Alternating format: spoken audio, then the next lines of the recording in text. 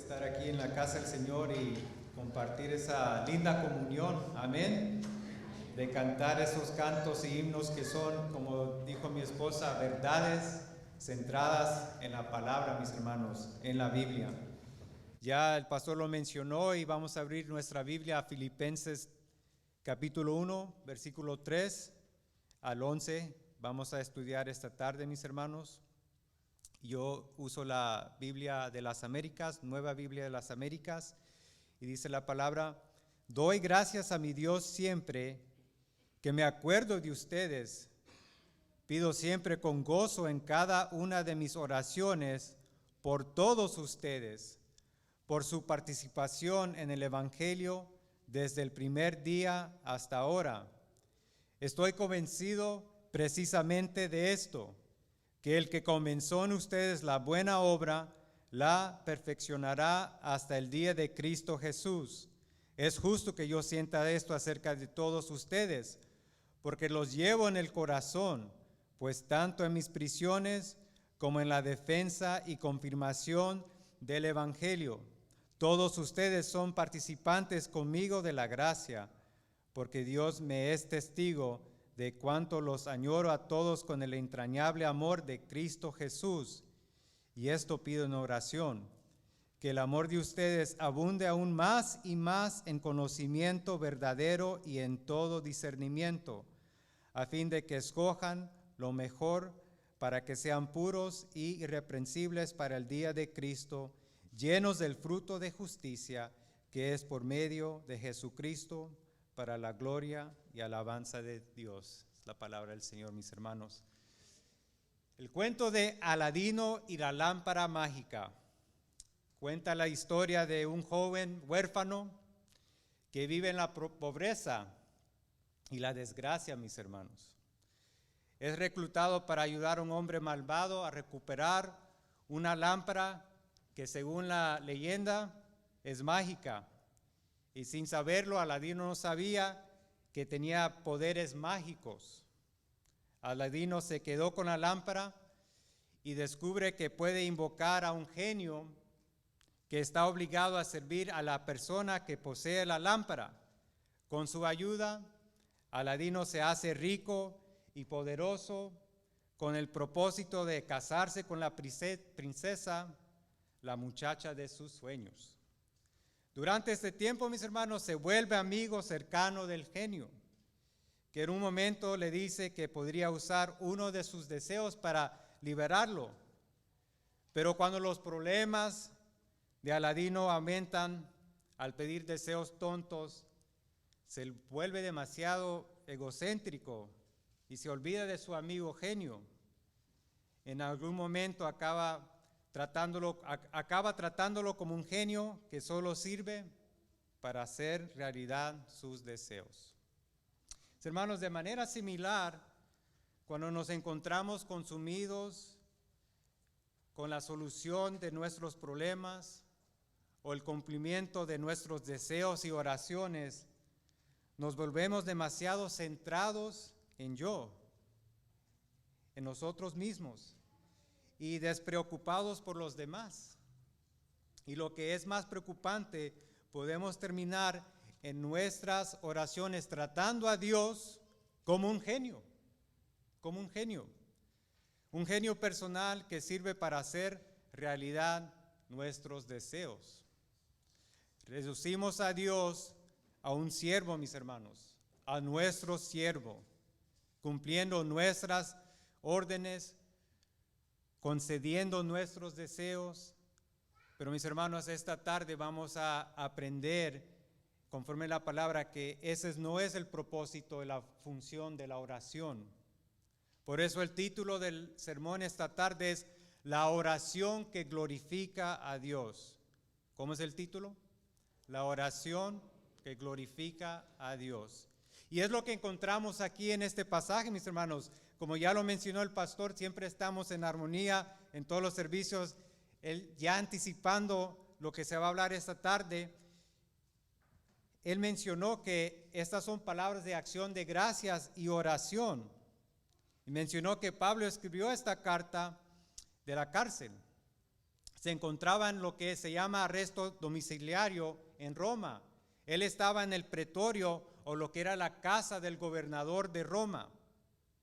Y él estaba encarcelado a causa de su fe, por su fe. Pero mis hermanos, eso era algo común en el ministerio de Pablo. Dice un comentarista lo siguiente: de las 13 cartas atribuidas a Pablo, Efesios, Filipenses, Colosenses, Segunda Timoteo y Filemón, probablemente fueron escritas desde la prisión. Pablo vivió su encarcelamiento como parte de su actividad apostólica y se llamó a sí mismo prisionero de Cristo Jesús. Lo mencionó el pastor y es un enfoque de este sermón, el sufrimiento. Su sufrimiento fue una inspiración para otros creyentes, no una causa de deshonra y vergüenza. Viene la primera pregunta esta tarde, iglesia: ¿cómo ves tu sufrimiento? ¿Es una fuente de inspiración para otros creyentes?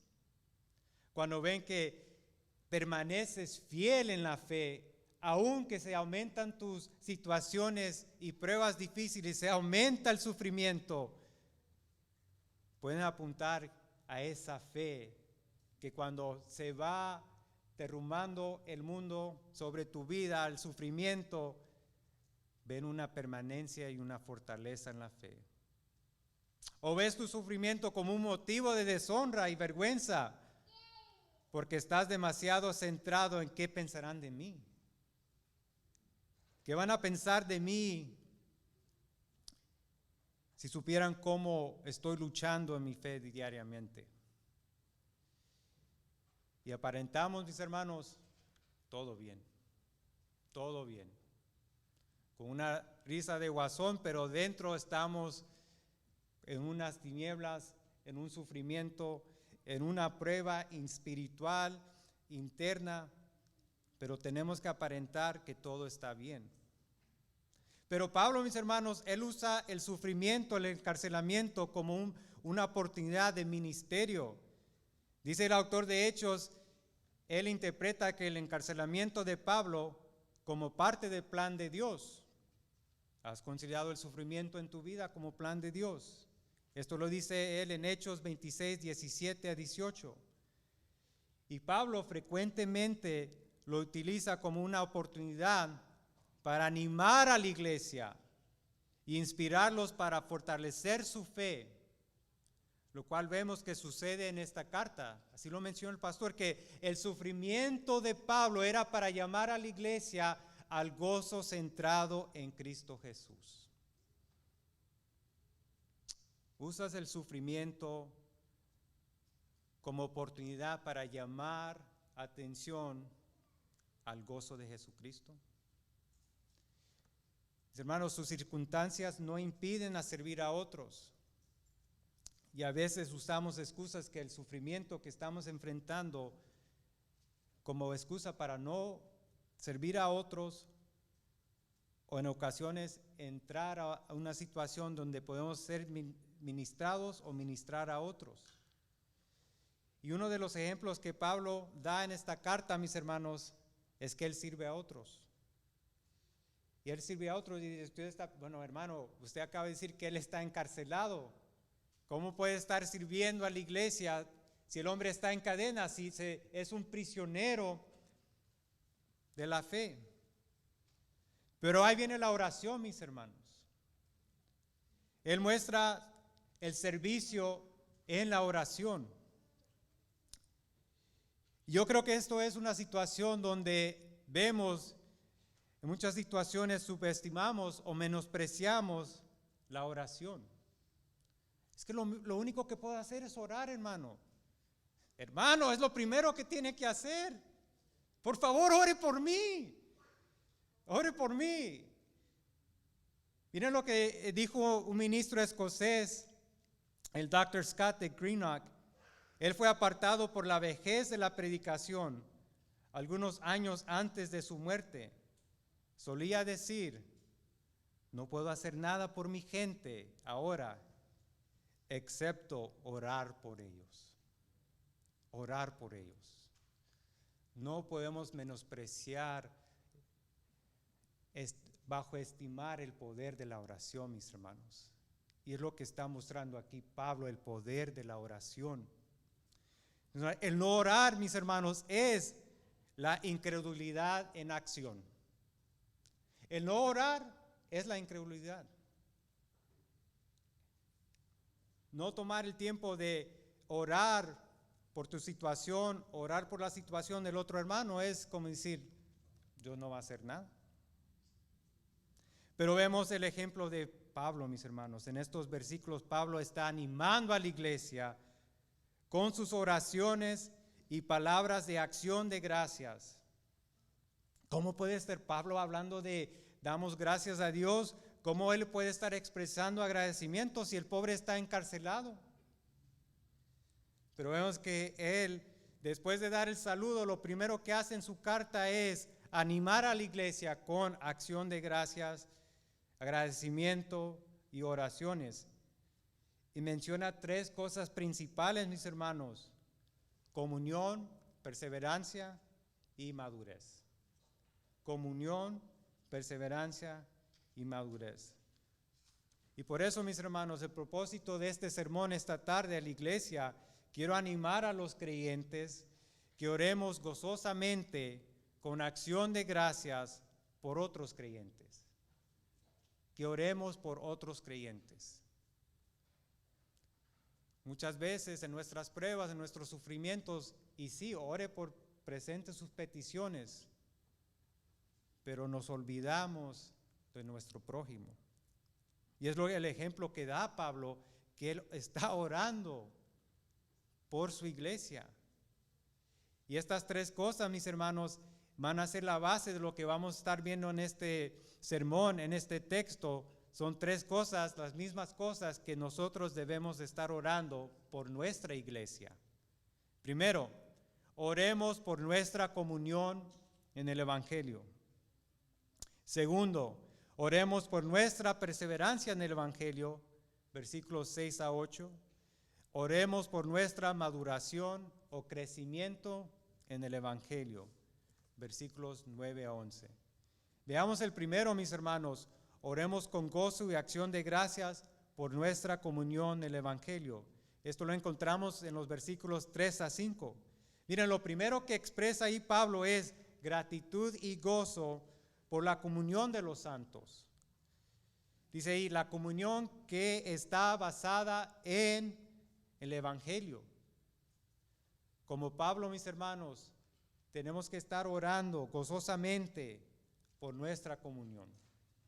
Una comunión en el Evangelio. Miren lo que dice ahí en el versículo 3. Doy gracias a mi Dios siempre que me acuerdo de ustedes. Ahí está esa palabra de agradecimiento. En el versículo 4 dice, pido siempre con gozo en cada una de mis oraciones por todos ustedes. Y en el versículo 5, por su participación en el Evangelio desde el primer día hasta ahora.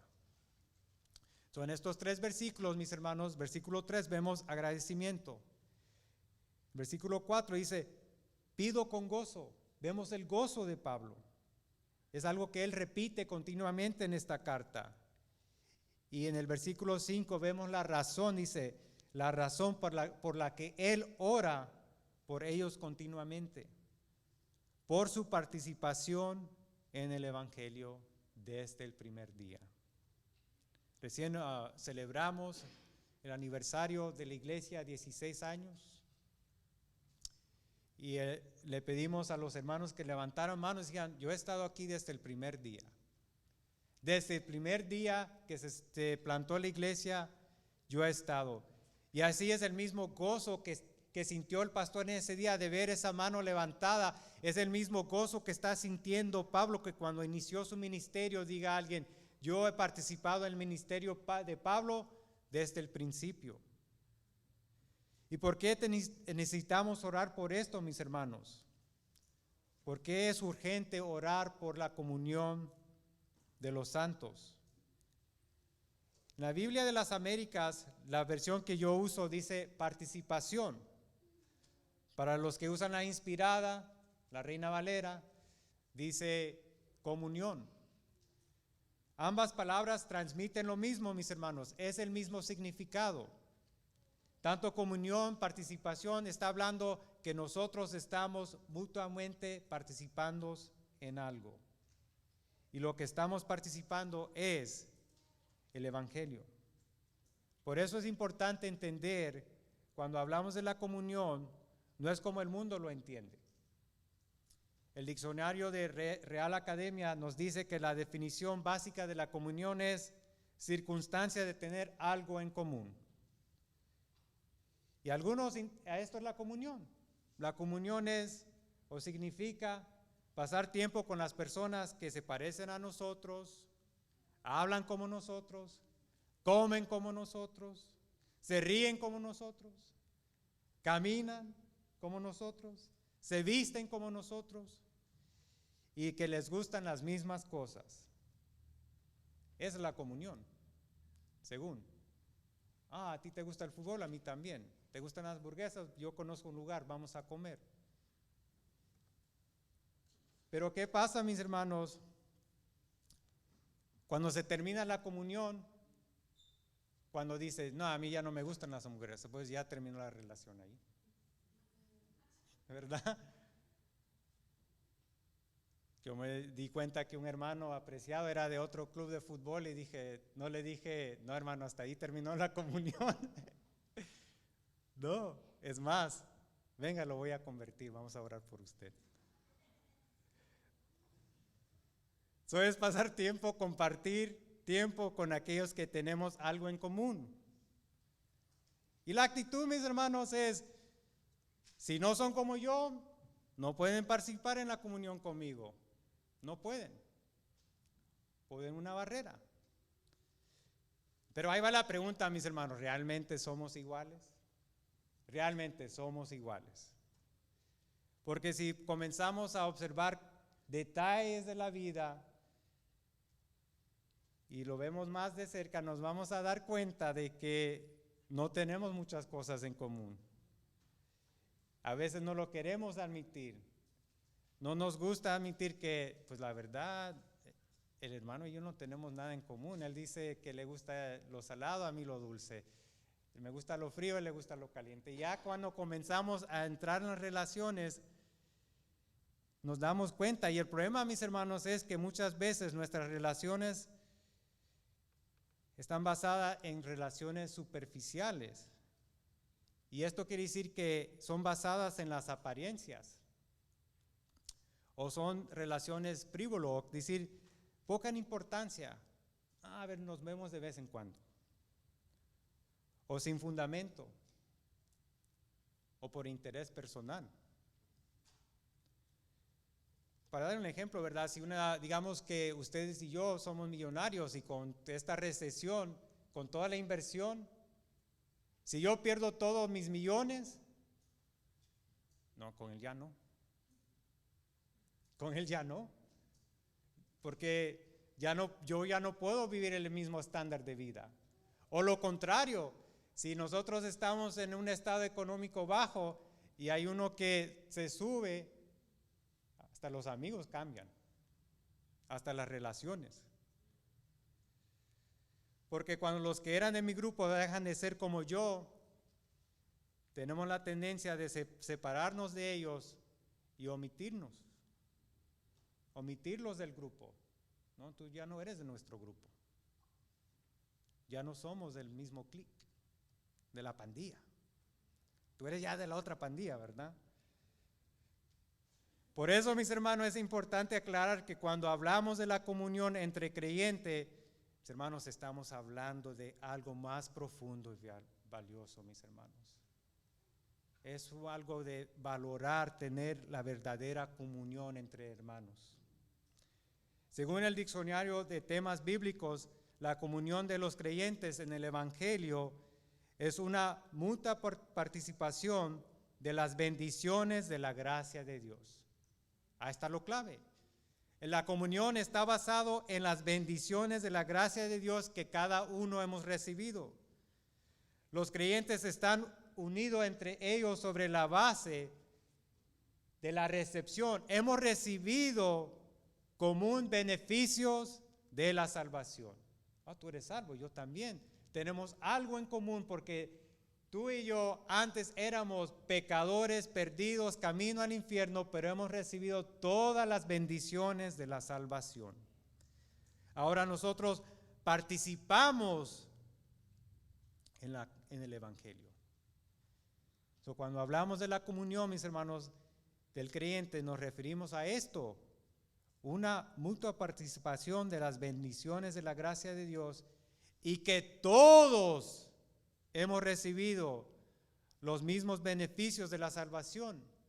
Por eso, hablando de la humildad, más allá vamos a ver que nos da la base de la comunión Pablo en el capítulo 2.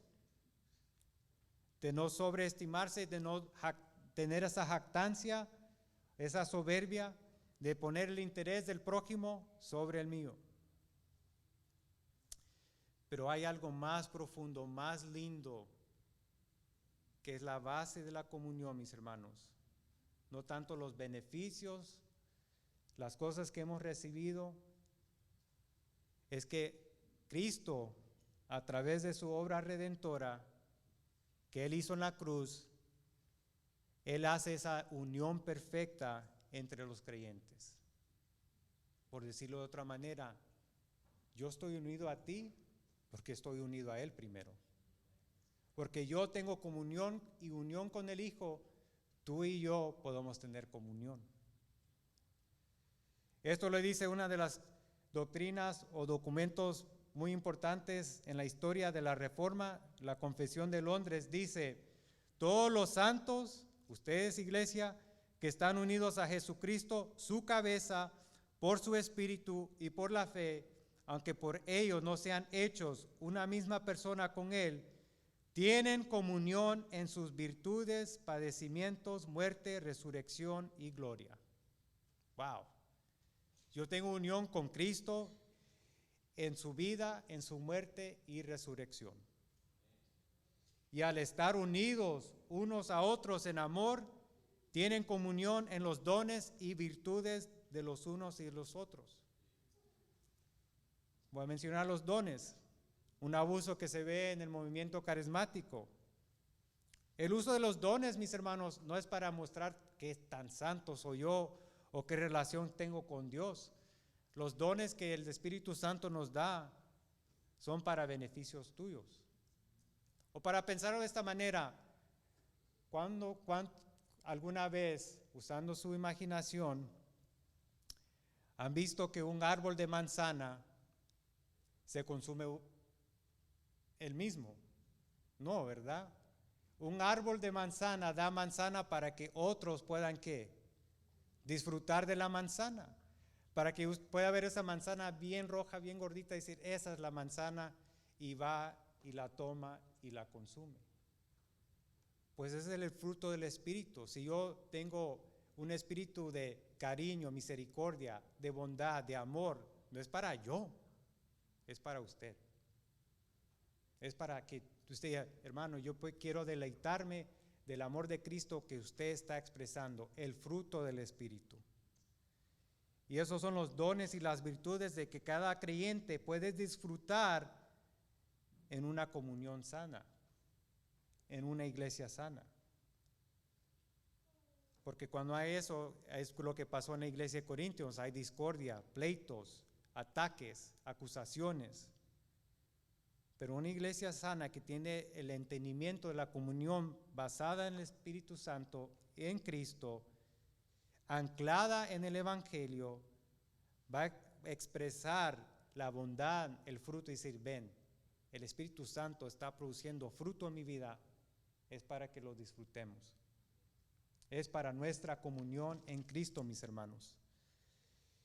Y esto es lo que le mostraron los filipenses. Los filipenses mostraron su fidelidad al mensaje que Pablo les proclamó, y así debemos también, mis hermanos, hacer lo mismo.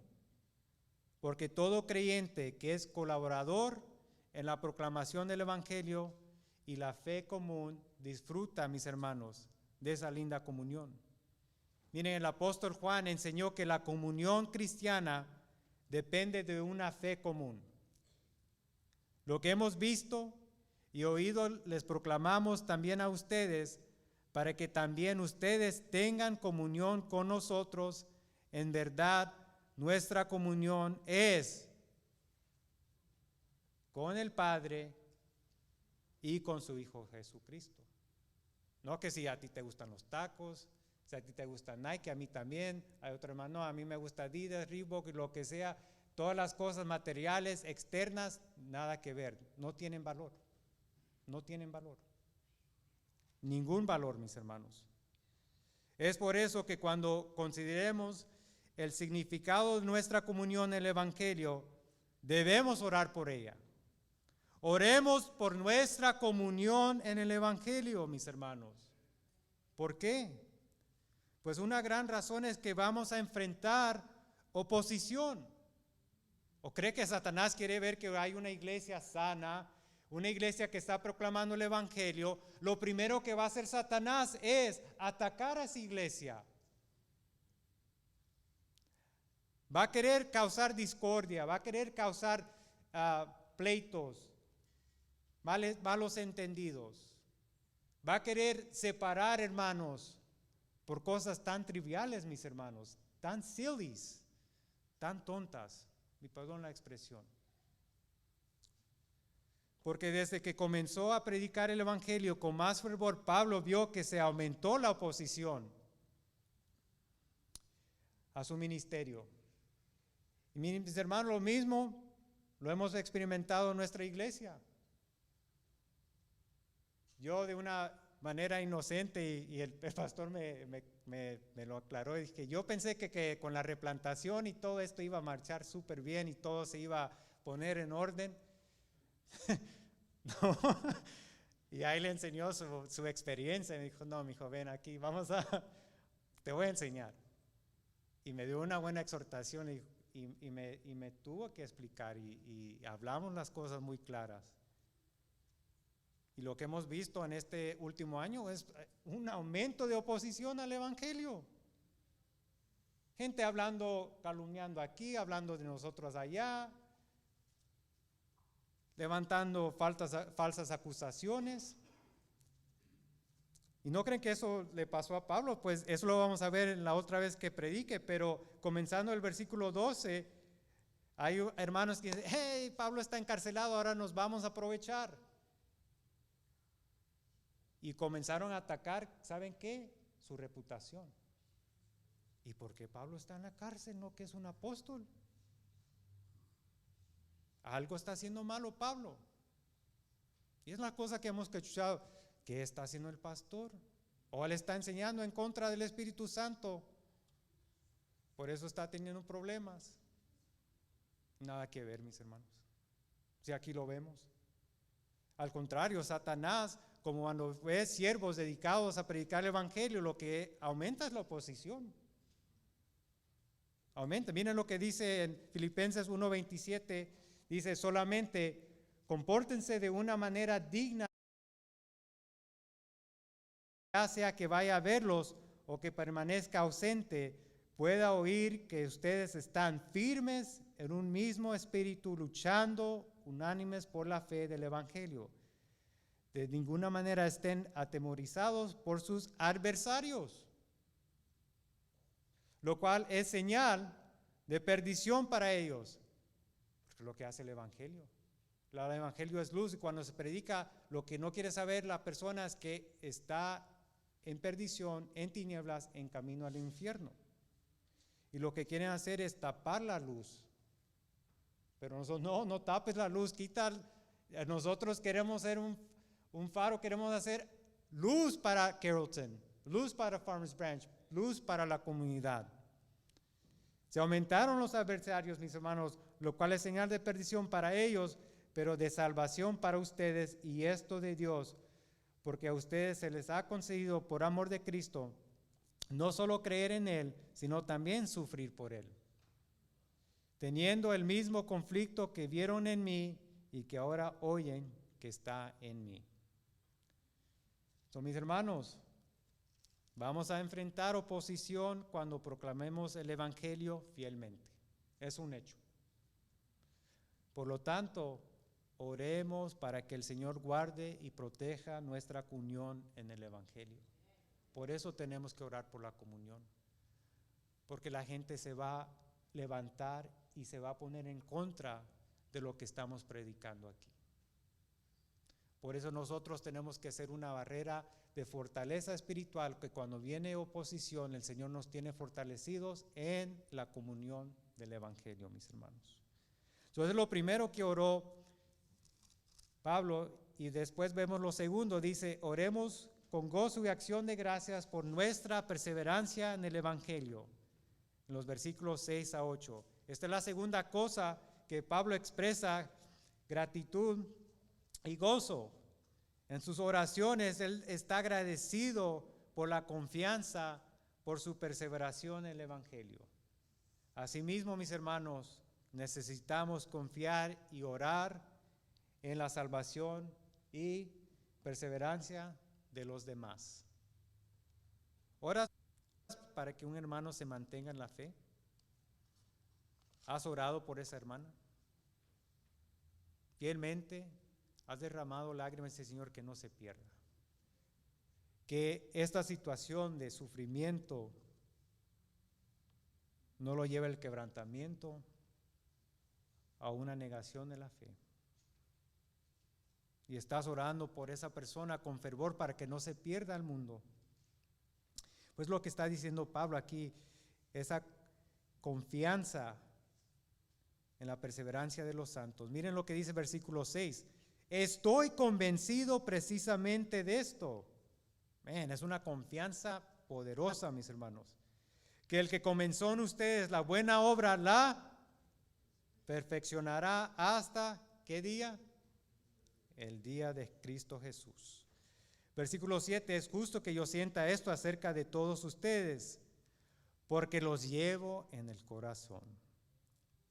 Y miren lo que dice ahí, versículo 8, dice: porque Dios me es testigo de cuánto los añoro a todos con el entrañable amor de Cristo Jesús.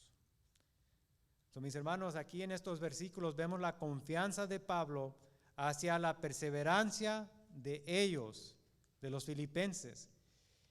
Y esta confianza no está basada en el hombre, está basada en la soberanía de Dios y amor de Cristo. Lo que vemos ahí en los versículos de 6 a 8, mis hermanos, nos presenta la verdad hermosa que se llama la doctrina de la perseverancia de los santos. Y esta doctrina también se conoce como la seguridad del creyente. Y forma parte de 5 doctrinas que en la historia reformada se les puso el nombre de las doctrinas de la gracia. Son 5, no las voy a mencionar por el tiempo. Si lo quiere buscar, doctrinas de la gracia de la teología reformada. ¿Qué es? ¿Qué es la seguridad del creyente? Mis hermanos, a veces tenemos tendencia de tener más seguridad en el seguro del techo, en la seguridad del carro, o la seguridad de la garantía que compramos hace 4 años, y justamente cuando el día antes que se va a terminar, se nos echa a perder el microwave, o la refri, o la lavadora, o la secadora, y tanto tiempo que tuvimos fe en esa seguridad de garantía, dice: no, ya no está bajo garantía, va a tener que comprar una nueva. Pero lo interesante, mis hermanos, que a veces le ponemos más seguridad en estas cosas que en la soberanía de Dios. Esta doctrina, dice el cristiano venezolano Josué Barrios, dice, esta es la definición que da de la perseverancia de los santos, dice: significa que Dios terminará lo que inició en nosotros. Amén. Es lo que está diciendo ahí. Estoy convencido precisamente de esto, que el que comenzó en ustedes la buena obra, la perfeccionará hasta el día de Cristo Jesús. El problema no es tanto la seguridad eterna o que usted no va a poder perder su salvación o no puede perder su salvación. El problema, mis hermanos, es que ponemos mucho énfasis en el hombre y no a Dios. Y miren lo que está diciendo, significa que Dios, el enfoque es Dios. Todos los cristianos verdaderos, aunque no tengan vidas perfectas, ganarán la batalla de la fe. Ahí viene la cláusula, porque Dios les guardará y concederá la victoria que Jesús garantiza. La perseverancia de los santos, la seguridad eterna del creyente, que yo no voy a perder mi salvación, si yo soy salvo, no está centrado en mí, sino lo que Dios va a hacer en mi vida. Es una fe, una salvación que está centrada en Dios y no en el hombre. Stephen J. Lawson, el pastor y predicador, dijo: una vez convertido, cada creyente se mantiene eternamente seguro por las tres personas de la Trinidad. Es el Dios Trino que te mantiene en tu fe. Amén. Es el Dios Trino que te persevera y te ayuda a enfrentar las pruebas y tribulaciones. Continúa diciendo el pastor: a todos los que Dios conoció de antemano y predestinó en la eternidad pasada, glorificará en la eternidad futura. Ningún creyente abandonará a Dios o se apartará.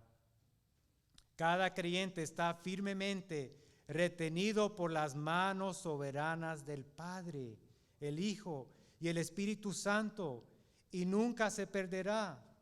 Ninguna de las ovejas por las cuales Jesús dio su vida perecerá. El Espíritu Santo sella de manera permanente en Cristo a todos los que atrae a la fe. Una vez nacido de nuevo, no podría no haber nacido. Una vez creyente, ninguno puede convertirse en incrédulo. Una vez salvo, ninguno puede dejar de serlo. Dios los preservará en la fe para siempre y perseverarán hasta el fin. Es por esto que la doctrina de la gracia que preserva a menudo se llama la doctrina de la preservación de los santos. Termino de citar al pastor Stephen J. Lawson. Hermanos, el problema no es la seguridad eterna. El problema es que la salvación está muy centrada en el hombre. Es que Dios me va a preservar. Es que Dios me va a mantener firme. Es que Dios me va a aumentar la fe. Es que Dios me va a fortalecer. Es que Dios Altísimo me va a ayudar, el Dios Trino, y no me va a rechazar de ser sus ovejas. Pero una salvación que habla de que el hombre puede perder su fe es una salvación que está hablando que el hombre se tiene que esforzar, es que el hombre tiene que hacer obras, es que el hombre tiene que aumentar su fe, es que el hombre. Y por eso una salvación basada en el hombre termina un hombre que se ve que no da fruto de una salvación verdadera, no da. Y ahí viene el punto, el clave, la persona que quiere negar la seguridad eterna. Yo me pregunto en lo que estaba estudiando, ¿y qué le preguntara a esta persona con esta frase que dejó Pablo muy cimentado ahí? Dice en versículo 6, la perfeccionará hasta el día de Cristo Jesús. ¿Qué hacemos con eso, mis hermanos? Póngalo de esta manera, entiéndalo de esta manera. Dios no hace las cosas a medias o incompletas. O si no, Él sería un Dios incompleto. O Él sería un Dios que pueda cambiar. No sería un Dios todopoderoso, de toda sabiduría, de toda autoridad. No sería un Dios de toda misericordia y amor. No sería un Dios de toda gracia y bondad. Sería un Dios a medias de amor, a medio poder, a media misericordia, a media gracia. No, mis hermanos, nuestra salvación no es un rompecabezas de 5,000 piezas que Él deja a medio terminar. Hasta aquí llegué. Hasta aquí llegué. No, mis hermanos, mi Dios no es un Dios inútil. Mi hija le gustan los rompecabezas. Es un hobby que le enseñó mi cuñada. Y la veo que está esforzándose y trabajando en terminar rompecabezas. A veces nosotros pensamos, hermanos, que la salvación es que Dios dijo, mira, aquí está el rompecabezas, aquí está tu salvación, a ver cómo le haces. Y ahí va uno, ayuno, oración. No puedo, tengo que asistir a la iglesia 100% sin nunca fallar. Pero eso es lo mínimo. Dios dice en su ley que uno tiene que vivir la ley a la perfección, sin nunca fallar, sin nunca tener una tacha, sin nunca fallar el examen, sin nunca poder decir, ouch, cometí un error. No, el Dios Santo Todopoderoso requiere santidad, perfección completa y plena y total. ¿Cuántos se atreven a levantar la mano y decir, yo nunca he pecado? Si pongo aquí la lista de los 10 mandamientos, ¿cuándo diría, yo he cumplido con todos hasta la perfección y no he fallado ninguno? Sí, Dios nos da un rompecabezas de salvación y decir, aquí está, a ver cómo la haces. Hoy de vez en cuando te voy a echar una manita ahí, voy a tomar una pieza, te voy a ayudar. No, mis hermanos, no solo que Él, vemos la parte que leí un artículo, dice que Dios ve toda la foto, the big picture, Él ve todo. Él no solo te muestra la salvación, porque ya a quien apunta a la cruz dice, ahí está la foto perfecta, que tu salvación ya fue finalizada, sellada y terminada por la obra redentora de Cristo Jesús. Ahí está la foto, la salvación finalizada y cumplida, mis hermanos. Ahí está, y dice, esta es tu salvación. Pero lo lindo es que Él va poniendo las piezas. Y lo lindo es que a veces usa la comunión de los santos para que alguien ayude y aporte y haga la obra. Y decir, esta piecita de hermano te va a ayudar en la salvación. Me gustó que mi hijo me ayudó a tomar esta ilustración. Llegó Carlitos y me dijo, ¡yay! Terminamos el rompecabezas. Y le dije, y me dijo, fue mami, Eli y yo. Le dije, no, perdón, yo hice mi parte también. I did my part. Me dice, oh yeah, and Papa too. Y ahí dice, oh sí, Papa, Eli, Mami, you, and me. We finished, me dijo, terminamos el rompecabezas. Sí, ¿verdad? Pero Nana no. ¿Verdad? Dijo, Nana no hizo su parte, ella no puso una pieza. Dije, tienes razón, ¿verdad? Pero yo estaba pensando en esto, mis hermanos. ¿Y dónde vamos a poner el rompecabezas? En la mesa. ¿Y de quién es la mesa? De Nana. De Nana es la mesa. Y quizás no es esa mesa, puede ser la otra mesa. Pero a lo que voy es que aun cuando no pensamos que no tenemos una participación, a veces tenemos la participación más importante en la salvación de la persona. La mesa de Nana es el lugar donde la salvación se pudo llevar a cabo. Y perdón, pero usar esta ilustración, de una manera, la abuelita está haciendo el papel de Dios. ¿Y dónde se va a llevar a cabo la salvación?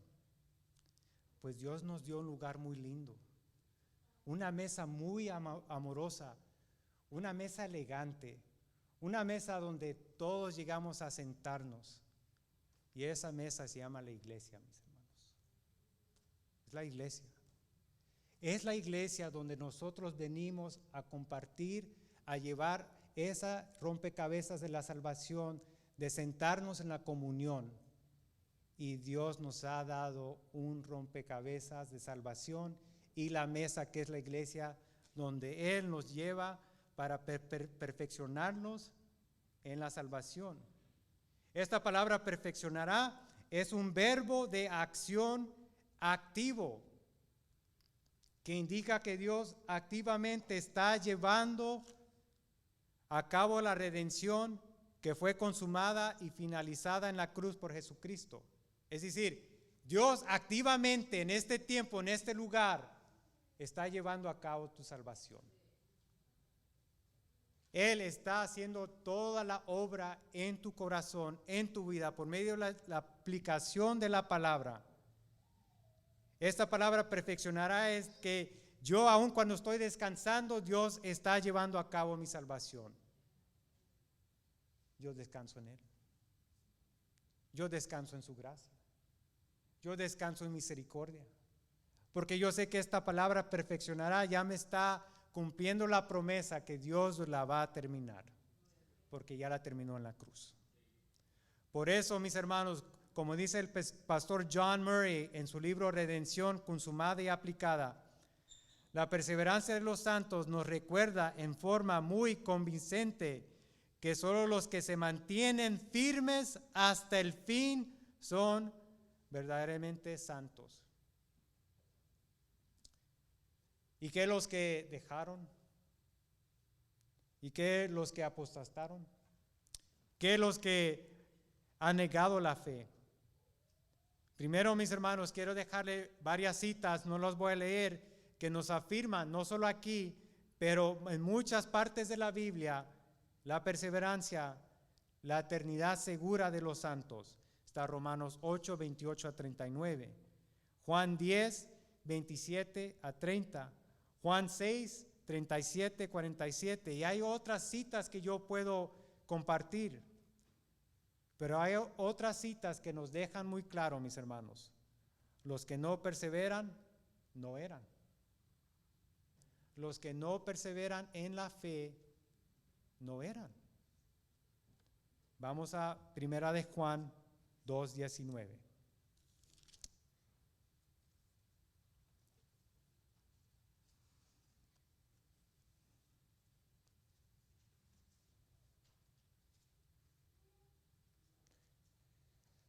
Ellos salieron de nosotros, pero en realidad no eran de nosotros. Porque si hubieran sido de nosotros, habrían permanecido con nosotros, pero salieron a fin de que se manifestara que no todos son de nosotros. Pero ustedes tienen la unción del Santo y todos ustedes lo saben. Más claro que el agua no puede ser, mis hermanos. ¿Tú vas a la iglesia? No, pues yo soy cristiano. ¿Vas a la iglesia? No, ya tengo como unos 20 años de no ir. Un gran menosprecio de la comunión de los santos, de estar a la mesa donde Dios está cumpliendo el rompecabezas de nuestra salvación. Por eso, mis hermanos, miren lo que dice Pablo, que nuestra confianza y su confianza está anclada en el entrañable amor de Cristo. Dice que ahí que la confianza de Pablo estaba anclada en el amor que él sentía por ellos. A pesar de enfrentar pruebas personales, Pablo tenía a la iglesia presente en su pensamiento y corazón, constantemente presente en su oración. Y él estaba encarcelado, en la cárcel. Y yo estaba pensando en esto, mis hermanos, y dije, esto es interesante de que Pablo está encarcelado. Y estuve buscando en esta epístola y en otras. ¿Y sabe lo que no se encuentra en ninguna de las epístolas de Pablo? No pide que oren por él para que pueda ser libre. No está él, por favor, oren, por favor. Estoy sufriendo. ¿No han visto mis cadenas? Por favor, oren por mi libertad. Oren, oren, oren. Y hemos tenido situaciones, sabemos, de seres queridos en la cárcel. Y lo primero dice, ¿puedo orar por ti? Ora por favor que me saquen lo más pronto posible. ¿Verdad? Por la situación grave que están viviendo. Pero vemos el corazón de Pablo, dice, no se preocupen por mí.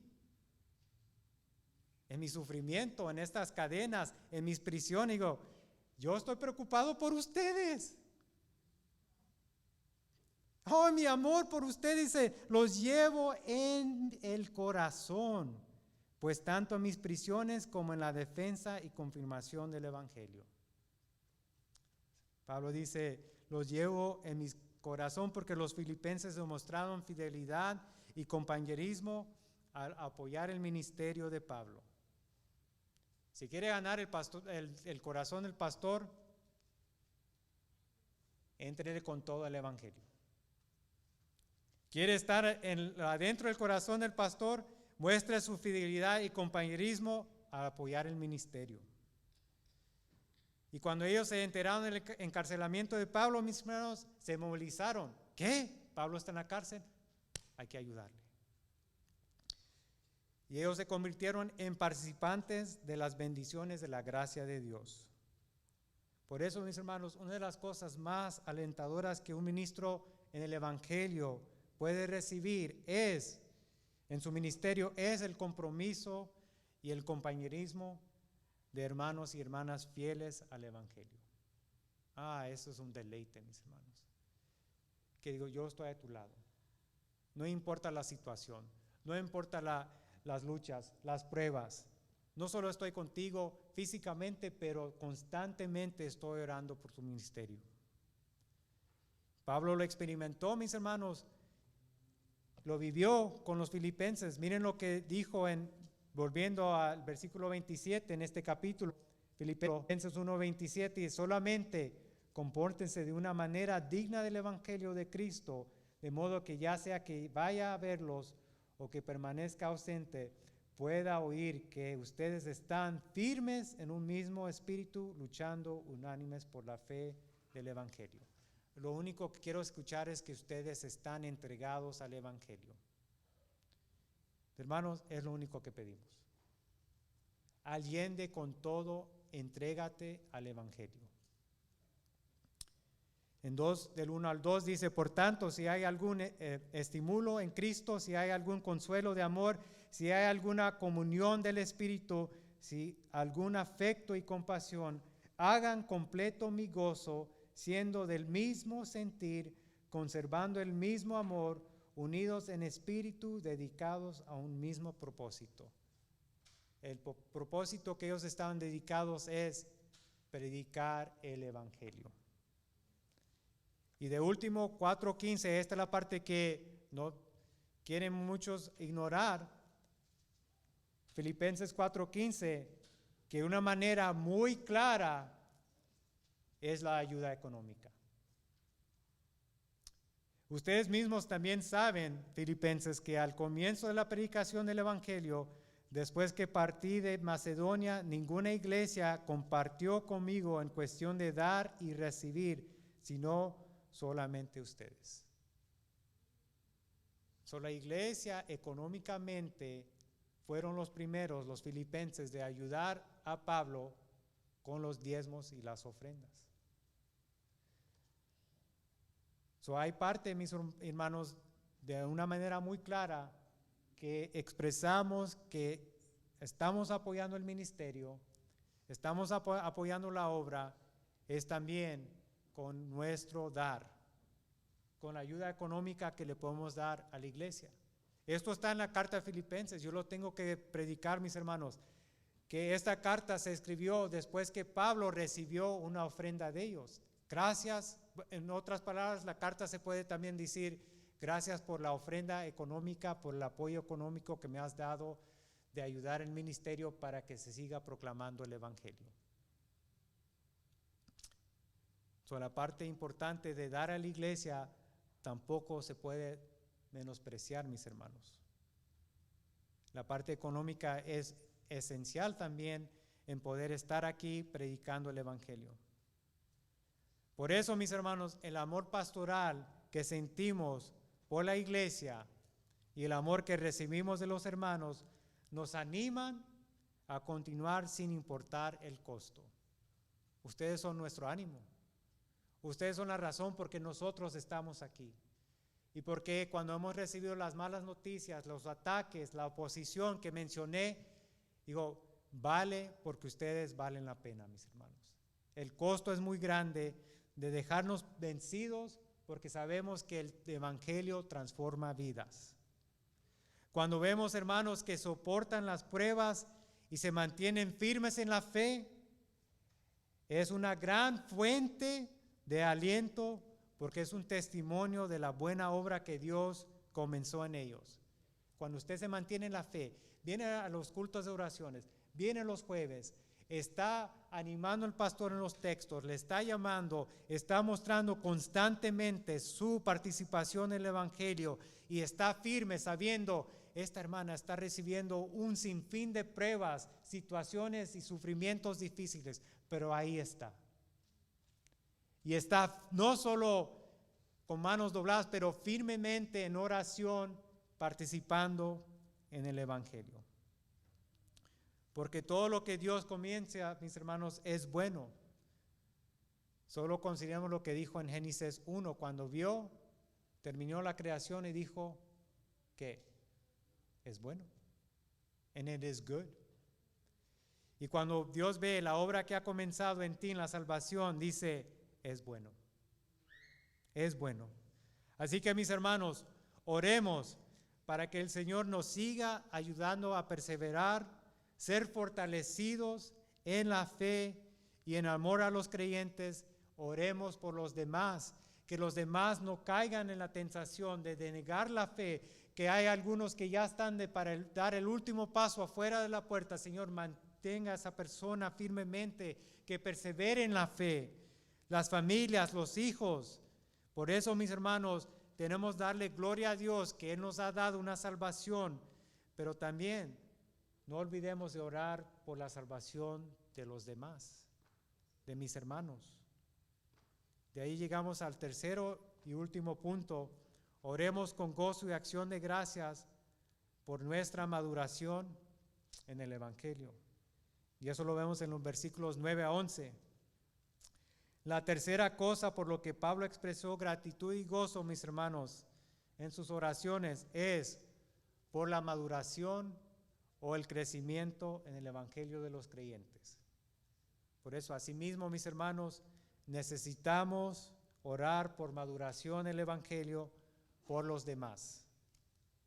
Que ustedes estén orando, que otros puedan madurar y crecer en el Evangelio y no se estén estancados allí en el mismo lugar donde se han mantenido 1 año, 5 años, 10 años, 15 años, 20 años.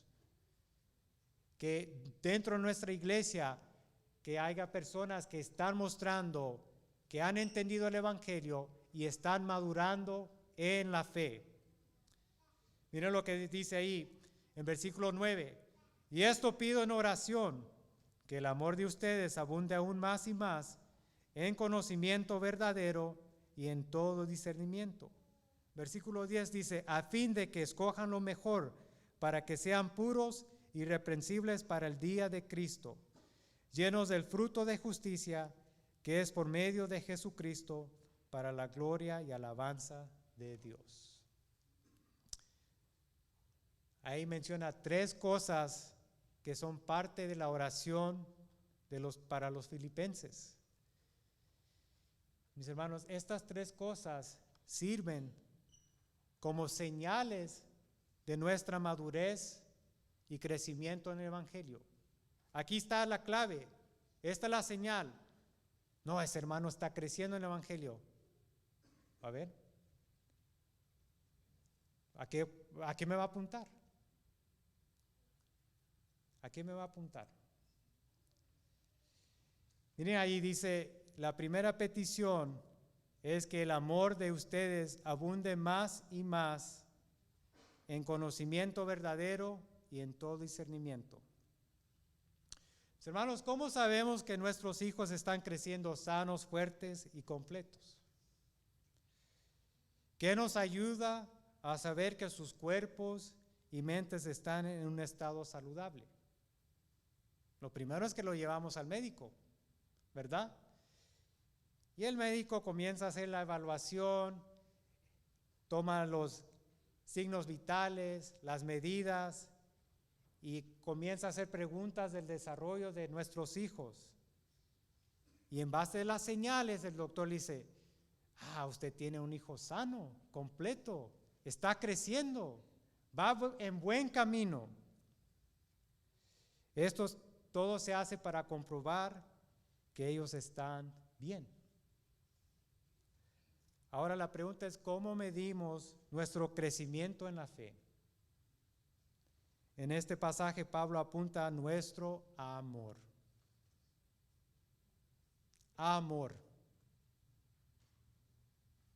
No cuántas lenguas hablo, no cuánto he sido derramado en el Espíritu, no cuántas veces he visto sanidades y milagros.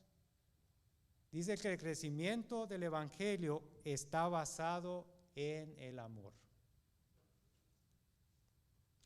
No hay muchos amenes. Cuanto más crecemos en la comprensión del Evangelio y en el discernimiento de su verdad, más aumenta nuestro amor por los hermanos. Esta verdad que el amor sirve para medir la autenticidad de nuestra fe se encuentra en todo el Nuevo Testamento. Es inevitable, mis hermanos. No lo puedo esconder. Juan 13:34 dice, un mandamiento nuevo les doy, que se amen los unos a los otros, que como yo los he amado, así también se amen los unos a los otros. En esto, versículo 35, conocerán todos que son mis discípulos si se tienen amor los unos a los otros. Santiago 2:8 dice, si en verdad ustedes cumplen la ley real conforme a la Escritura, amarás a tu prójimo como a ti mismo, bien hacen. Primera de Pedro 1:22 dice, puesto que en obediencia a la verdad ustedes han purificado sus almas para un amor sincero de hermanos, ámense unos a otros entrañablemente de corazón puro. Y primera de Juan 2:9 dice, el que dice que está en la luz y aborrece a su hermano, está aún en tinieblas. 2:11 dice, pero el que aborrece a su hermano está en tinieblas y anda en tinieblas y no sabe a dónde va, porque las tinieblas han cegado sus ojos.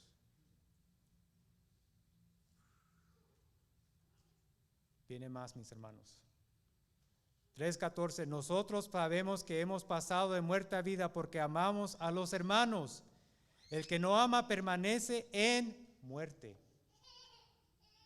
Todo el que aborrece a su hermano es, miren la comparación, un asesino, y ustedes saben que ningún asesino tiene vida eterna permanente en él. En esto conocemos el amor, en que Él puso su vida por nosotros, también nosotros debemos poner nuestras vidas por los hermanos. Y de último, mis hermanos, primera de Juan 4:20, si alguien dice, yo amo a Dios, pero aborrece a su hermano, es un mentiroso. Porque el que no ama a su hermano, a quien ha visto, no puede amar a Dios, a quien no ha visto. Por eso, mis hermanos, a medida que pasan los años, el cuerpo, la iglesia de creyentes debe de dar testimonio en ti, un amor genuino por la iglesia.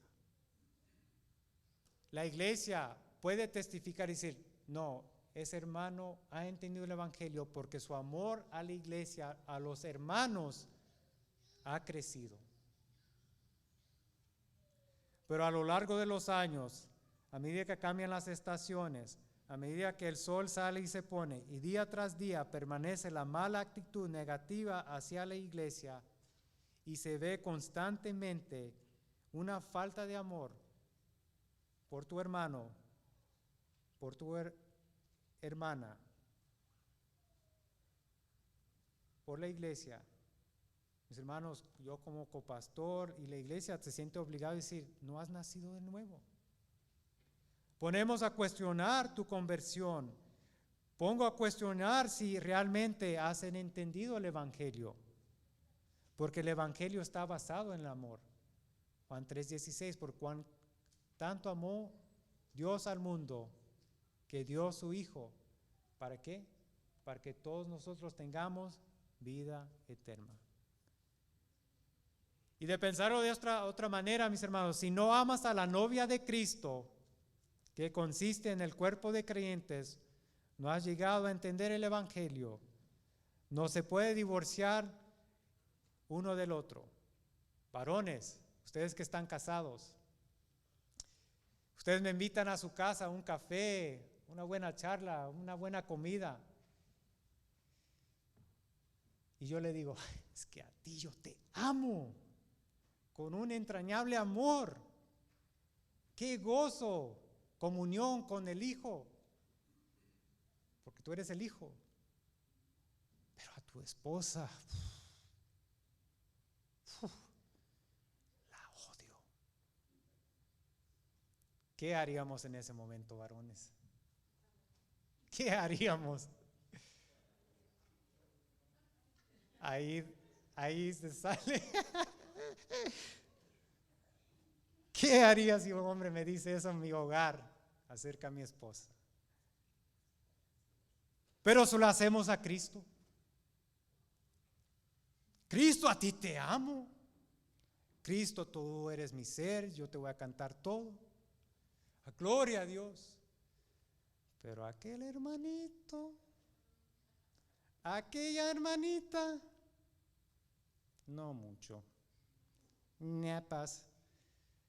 No, mis hermanos, no podemos divorciar las cosas. Si amas a Cristo, amas a tu prójimo. Si amas a Cristo, amas a la iglesia. Si amas a Cristo, amas el ministerio.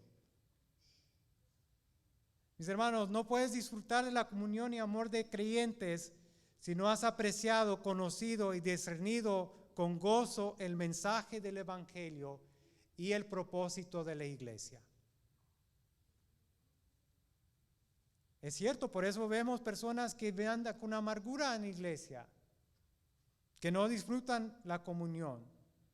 Y por eso en conclusión viene diciendo estas cosas, mis hermanos, en versículo 10, a fin de que escojan lo mejor para que sean puros y irreprensibles para el día de Cristo, llenos del fruto de justicia que es por medio de Jesucristo para la gloria y alabanza de Dios. Ahí lo que está diciendo Pablo es, seremos árboles llenos de frutos de justicia. Un comentarista afirma que Pablo usa imágenes aquí que se extraen, y esto le va a gustar a los diáconos, de un entorno de huerto. Ahí está la clave del huerto, les mencioné que tenía la ilustración. Pablo usa imágenes aquí que se extraen de un entorno de huerto. Los filipenses ahora son representados gráficamente como árboles cargados. La palabra ahí en griego es pleno, con plenitud. Eso habla de llenos, de buenos frutos, mis hermanos. Fruto de justicia no está hablando de justificación por fe, está hablando listos para ser cosechados del buen fruto del Espíritu Santo. El fruto de justicia se refiere a las buenas cualidades o el fruto del Espíritu, producidos en los creyentes a través de Jesucristo. Vuelvo a la ilustración, no puede ser un árbol para tu consumo personal. Eres un árbol que produce frutos de justicia para que otros puedan disfrutar de las buenas cualidades de Cristo en tu vida. Por eso nos lleva a todo tipo de actos de nobleza, de caridad, de bondad entre sí y con tu prójimo. Ama a tu prójimo. Esta, mis hermanos, es la oración que glorifica a Dios.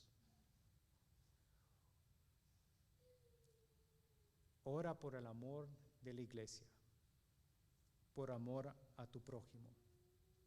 Si es posible, ya deja de orar de tus situaciones, tu sufrimiento y pruebas. Dedica un tiempo a orar por tu hermano querido que quizás tiene aún pruebas más difíciles. Por eso, hermanos creyentes, concluyendo, debemos dar gracias con gozo por nuestros hermanos y hermanas en fe, orando por su comunión, perseverancia y crecimiento en la fe. Ora por estas cosas. Ora por la comunión de la iglesia. Ora para que tu hermano y hermana perseveren en la fe. Ora para que ellos puedan crecer en la fe que está basado en el amor de Cristo, el amor al prójimo. Porque es un hecho. El creyente está orando.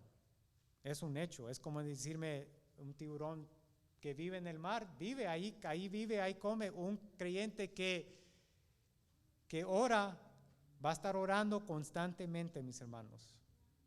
Ni lo cuestiono. Por eso el enfoque es a los creyentes fieles que están orando. Ora, por favor, por nuestra comunión. Ora, por favor, por nuestro crecimiento en la fe. Ora, por favor, para que podamos perseverar en la fe. Disfruta de tu seguridad eterna con agradecimiento y gozo. Y para el no creyente, tú no puedes disfrutar de la comunión con los santos, porque eso no es tu primer problema. El primer problema del no creyente, la persona que no ha puesto su fe en Cristo, que no se ha arrepentido de sus pecados, el primer problema es que tú no tienes comunión con el Padre, Hijo, Espíritu Santo. Y el problema no es tanto que no tienes comunión con tu prójimo. El problema más grave es que no tienes comunión con el Dios Santo, justo y todopoderoso. Por eso vamos a orar que tú primeramente tengas comunión con el Padre, el Hijo y el Espíritu Santo, para que puedas ser partícipe de la comunión con su iglesia. Oremos. Altísimo Padre, te damos gracias, Señor, que nos has mostrado el ejemplo de la oración que te glorifica. Por eso, Señor, esta tarde vamos a orar, Señor, que tú aumentes nuestra comunión, primeramente contigo y así con los hermanos. Que si hay alguno que está débil en su fe, que tú puedas aumentar su fe salvífica, Señor. Ayuda a perseverar tanto en las pruebas, en el sufrimiento, pero que puedan prevalecer en la fe, Señor. Y Señor, de último, ayúdanos a crecer en el amor tuyo, así a nuestros prójimos, de amar a la iglesia, de amar a los que son nuestros y hermanos, lavados por la sangre de Cristo. Esta es la oración que te glorifica, Señor. En el nombre de Jesús. Amén.